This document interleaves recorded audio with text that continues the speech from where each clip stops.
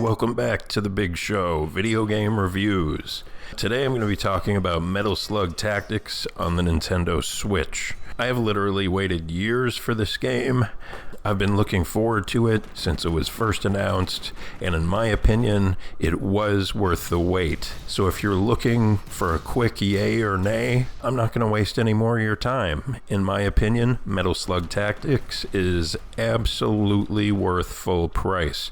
If you're into turn-based tactics games, though, of course, you can always wait for a sale. You don't need to, in my opinion. It still represents a great value, so I would suggest running out and, just get it if you can. Anyways, so that aside, I would probably stick around for a little bit just because this is such a unique take on the tactics formula in a few ways.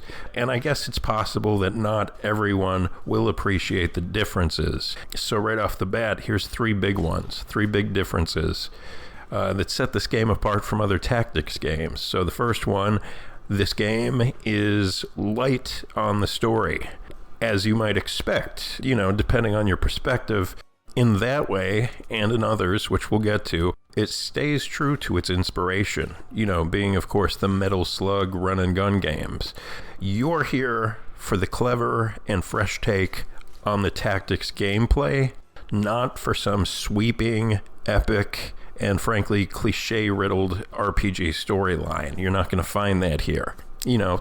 Just like in the Metal Slug games, the characters, they're able to convey a sense of personality, but, there's not a whole heck of a lot of dialogue happening, and that's, honestly, it works here, in my opinion. I like it.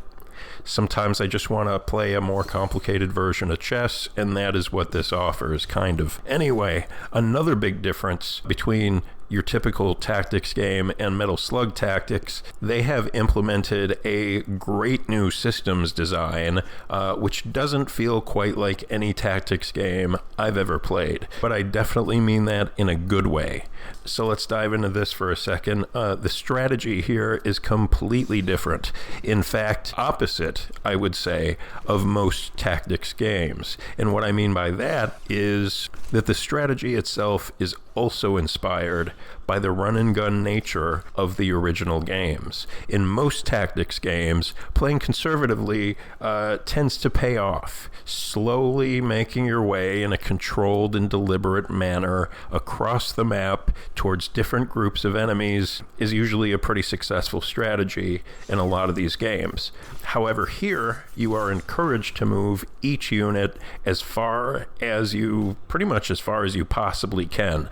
The farther you move a character, the more that their evade skill will temporarily increase for that round, meaning you can move a character into what should be, in any other game, a risky position, but their evade skill will be so high because of all of that movement that they might completely evade 2 or even 3 direct attacks, like taking 0 damage. So spreading out can really be one of the most effective strategies if done right. And so you're thinking, oh great, all I have to do is move my pieces. This sounds like an easy game. Ha ha ha. No, trust me.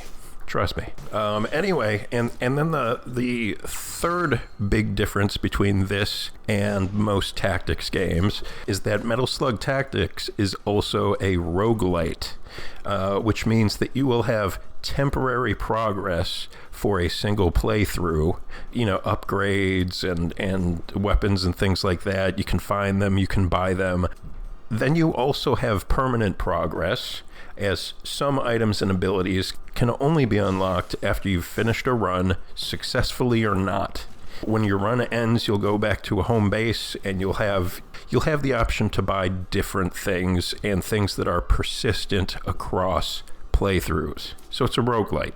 Also, like many roguelites, you have to get to the end quite a few times to get the true ending, but more on that later. Metal Slug Tactics was published by indie giant Dotemu.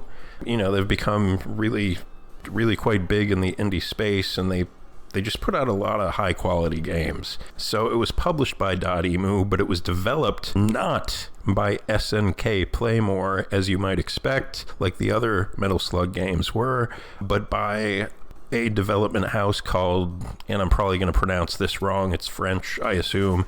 It's Lykier Studio, which is based in France. And despite the change in developer, the graphics, animations, and sounds all fit more or less seamlessly within the Metal Slug universe and stay true to the spirit of the franchise. I'm not just here to sugarcoat it though, so let's talk about a few of the less than perfect aspects of the game.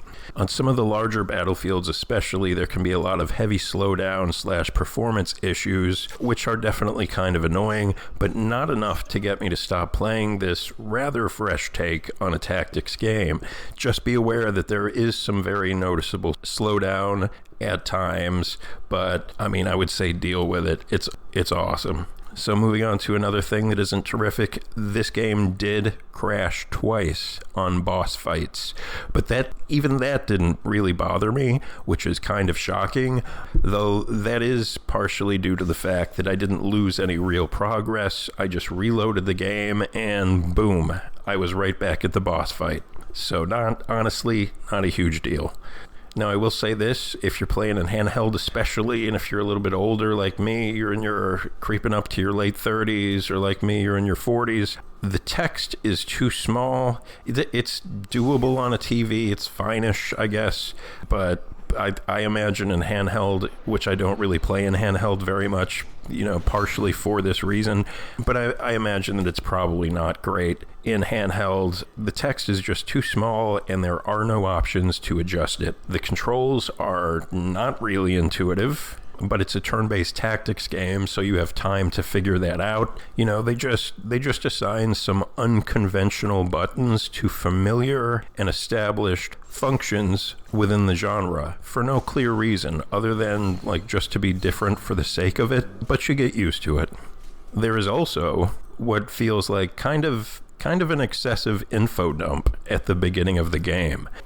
I feel like the beginning and the tutorials could have been better paced, though it does ultimately work, which is all that really matters in the end. Still, it was slightly jarring. It's like, all right, guys, come on now. But just get through it and get to the game. It's awesome. And then finally, the last thing I have for the negatives, after the tutorial mission, I went to the base and the game kicked me back to the start screen, and I had to start the tutorial over again. This fortunately only happened the one time, but it is still not a great first impression from a game that I literally waited years for. Though, honestly, in this case, it might have been my fault, because I think I might have pressed the wrong button or something, again, because of the unconventional button mapping. So that pretty much covers the negatives. I know that's more than I usually level at most games, but they're all relatively minor, and also that's just how good this game is, in my opinion, that it still easily outshines those minor blemishes.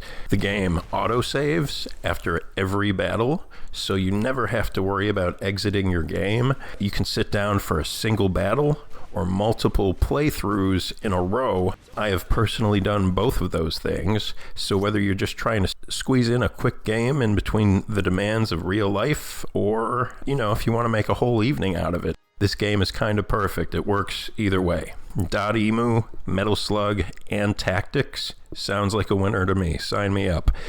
It took me over 60 hours to get the real ending, which frankly sucked. Very minor spoiler, I'm telling you, it sucks. You watch the bad guy blow up and the credits roll, and that's the good ending. Like Hades, you truly play this game for the joy of playing it rather than the ending. It's definitely more about the journey than the destination here. I just keep playing this game. I've got all of the characters unlocked now, and I'm just unlocking permanent upgrades and abilities, etc.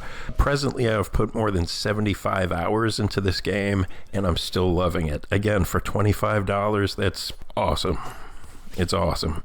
Like a lot of roguelites, the Ninja Turtles Splintered Fate, which I'm going to be doing a review on here in the future, But like Splintered Fate and like Hades, there's basically 4 areas in the game. You're going to be going through the same 4 areas. You're going to be fighting the same 4 bosses. And if you're uninitiated to these specific games or these types of games, that might not sound like a lot, but there's nothing I can say but trust me, it works. This is another one of those roguelites that I didn't know if I'd ever finish. Just like most games in the genre, Metal Slug Tactics starts out feeling potentially insurmountable. But now, just like Hades, which is another absolutely fantastic game, I blow through Metal Slug Tactics anytime I want to, but it's satisfying every time. As in both games, there is quite a bit to unlock even after you get the best ending. So it's just enough to give you a reason or an excuse to keep playing this game that you've beaten 6 ways to Sunday, because it's just a good time. Imagine that. Now, one of my final points that I'm going to make here is that all of the characters play distinctly different from each other, and each character has 4 different weapon loadouts that can be unlocked, which further changes their abilities and how you'll wind up using them, or basically how you'll wind up incorporating them into your strategy. In my opinion, despite what I've read online, there truly are no bad characters in this game, just underdeveloped strategies by the player. This will evolve over time, as it does in all roguelikes, or all games in general.